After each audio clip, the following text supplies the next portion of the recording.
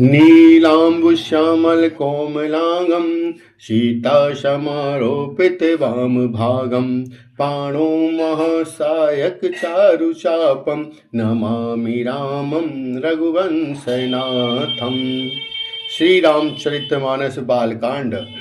जाग बलिक जो कथा सुहाई, भरद्वाज मुनि बरहि सुहाई।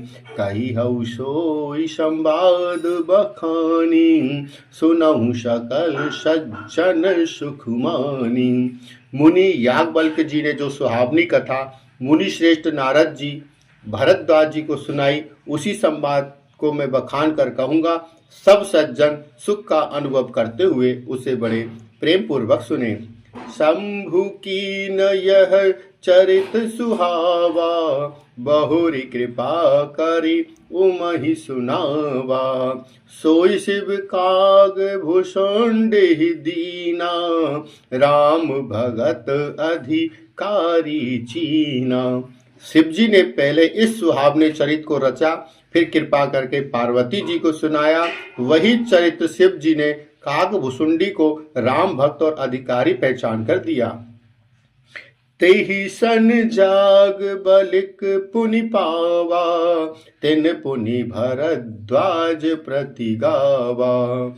ते श्रोता बक्ता शमशीला, शब्दर्षि जानहि हरि लीला। उन कागभूषुंडी जी से फिर याज्ञवल्क्य जी ने पाया और उन्होंने फिर उसे भरद्वाज जी को गाकर सुनाया। वे दोनों वक्ता और श्रोता याज्ञवल्क्य और भरद्वाज समानशील वाले और समदर्शी हैं और श्री हरि की लीला को जानते हैं। जानहि तीन काल निज ज्ञाना, कर तल गत आमलक समाना। ओरहु जे हरि भगत सुजाना, कयहि सुनहि समुझहि विधि नाना। वे अपने ज्ञान से तीनों कालों की बातों को हथेली पर रखे हुए आंवले के समान प्रत्यक्ष रूप से जानते हैं, और जो भी सुजान भगवान की लीलाओं का रहस्य जानने वाले हरि भक्त हैं, वे इस चरित्र को नाना प्रकार से कहते हैं, सुनते हैं और समझते हैं। मैं पुनि निज गुर सन सुनी, कथा सो सुकर खेत। समुझ नहीं तस बालपन, तब अति रहु अचेत। फिर वही कथा मैंने बाराहा क्षेत्र में अपने गुरुजी से सुनी, परंतु उस समय में लड़कपन के कारण बहुत बेसमझ था, इससे उसको उस प्रकार अच्छी तरह समझ नहीं पाया। श्रोता वक्ता ज्ञान निधि, कथा राम के गूढ़। किमि समझौ में जीव जड़, कलिमल ग्रसित विमूढ़। श्री राम जी की गूढ़ कथा के वक्ता कहने वाले और श्रोता सुनने वाले दोनों ज्ञान के खजाने यानी पूरी तरह से ज्ञानी होते हैं। मैं कलयुग के पापों से ग्रसा हुआ महामूढ़ जड़ जीव भला उसको कैसे समझ सकता था। तदपि कही गुर बारहि बारा, समुझ परी कछु मति अनुसारा। भाषा बद्ध करब में सोई, मोरे मन प्रबोध जेहि होई। तो भी गुरुजी ने जब बार बार कथा कही तब बुद्धि के अनुसार कुछ समझ में आई, वही अब मेरे द्वारा भाषा में रची जाएगी, जिससे मेरे मन को संतोष हो। जस कछु बुद्धि विवेक बल मोरे, तस कहियऊँ ही हरि के प्रेरे। निज संदेह मोह भ्रम हरनी, करऊँ कथा भवु सरिता तरनी।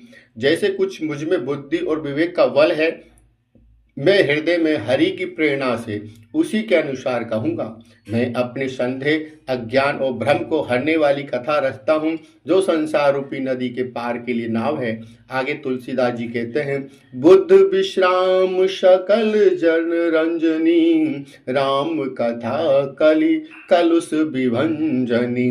राम कथा कलि पनंग भरनी, पुनि विवेक पावक कहूँ अरनी।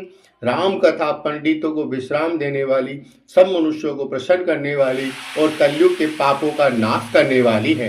राम कथा कलयुग रूपी सांप के लिए मोरनी है और विवेक रूपी अग्नि के प्रकट करने के लिए अरणी यानी मंथन की जाने वाली लकड़ी है। राम कथा कली कामद गाई, सुजन सजीवनी मूरी सुहाई। सोई वसुधा तल सुधा तरंगनी, भव भय मन भंजनी भ्रम भेक भुवंगनी। राम कथा कलयुग में सब मनोरथों को पूर्ण करने वाली कामधेनु गाय के समान है, सज्जनों के लिए सुंदर सजीवनी है। पृथ्वी पर यही अमृत की नदी है, जन्म मरण रूपी भय का नाश करने वाली और ब्रह्म रूपी मेढकों को खाने के लिए सर्पनी है। असुर सेन सम नरक निकंदनी, असुर सेन सम नरक निकंदनी। साधु विबुध कुल हितगिरि नंदनी, संत समाज पयोधिरमाशी। विश्व भार भर अचल क्षमाशी। यह श्री राम कथा असुरों की सेना के समान नरकों का नाश करने वाली और साधु रूप देवताओं के कुल का हित करने वाली पार्वती दुर्गा है। यह संत समाज रूपी क्षीर समुद्र के लिए लक्ष्मी जी के समान और संपूर्ण विश्व का भार उठाने में अचल पृथ्वी के समान है। जम गण मुहु मसी जग जमुनाशी, जीवन मुकुत हेतु जनु काशी। राम ही प्रिय पावनी तुलसी सी, तुलसीदास हित ही हुलसी सी। यमदूतों के मुख पर कालिक लगाने के लिए यह जगत में यमुना जी के समान है और जीवों को मुक्ति देने के लिए मानो काशी ही है। यह श्री राम जी को पवित्र तुलसी के समान प्रिय और तुलसीदास के लिए हुलसी यानी तुलसीदास की माता के समान हृदय से हित करने वाली है। शिव प्रिय में कल शैल सुतासी, सकल सिद्ध सुख संपत्ति राशि। सद्गुण सुरगण अब अदिति सी, रघुबर भगत प्रेम परमीति सी। यह रामकथा शिव जी को नर्मदा के समान प्यारी और यह सब सिद्धियों की तथा सुख संपत्ति की राशि है। सद्गुण रूपी देवताओं के उत्पन्न और पालन पोषण करने के लिए माता अदिति के समान है। श्री रघुनाथ जी की भक्ति और प्रेम की परम सीमा सी है।